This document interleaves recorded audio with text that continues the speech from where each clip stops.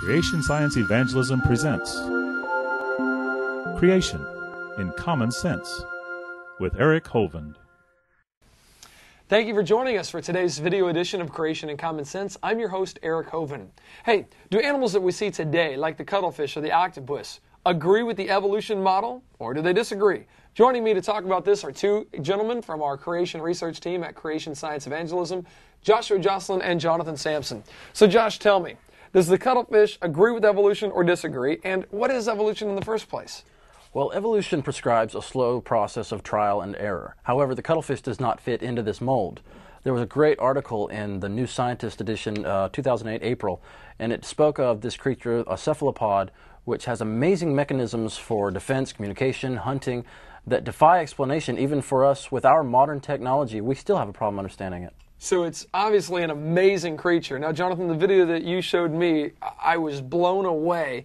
Describe for the people what they're about to see here. It is really one of those things that just completely takes your breath away. But you're watching a cuttlefish kind of skim across the top of these rocks and then go down into a rock crevice. And as he's doing this, he changes his color and his texture immediately to look just like a rock and also to resemble kind of sea algae at the bottom of the sea floor. Wow. All of this just to help protect itself. Now, how is a soft-bodied animal like this supposed to survive out there? I mean, wouldn't it be like the best-eaten food in the business out there in the ocean? You'd think these things wouldn't survive. Yeah, fish kebab. This guy, he's got an amazing defense mechanism. He can use specialized reactions to each predator from birth. Now, how does evolution explain that? Wow. For instance, the sea bass. When he sees a sea bass, he will puff himself up, make himself look large. It's a bluff. He'll show his eye spots and try to scare the fish off. However, he knows this will not work with a dogfish or a crab, which use different hunting mechanisms like electrical fields and scent. He can't outsmart that, so he runs. He knows how to react differently for each predator. How does evolution explain that? I would have a hard time. I know Dr. Joe Martin on the video Incredible Creatures That Defy Evolution did a great job going through the cuttlefish and showing, hey, how is this supposed to evolve? I mean, were they good eating? And finally one of them decided while he's sitting there getting munched on, hey, I need to come up with a defense mechanism to overcome this. I mean, how would that evolve?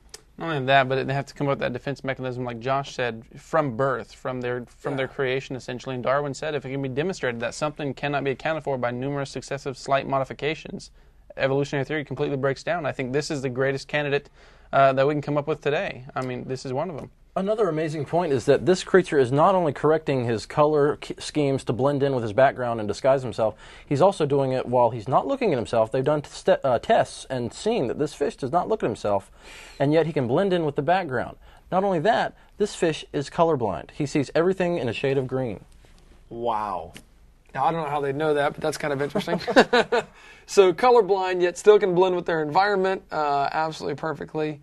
Wow. You know, the Bible even says the invisible things of creation can be clearly seen so that we are without an excuse.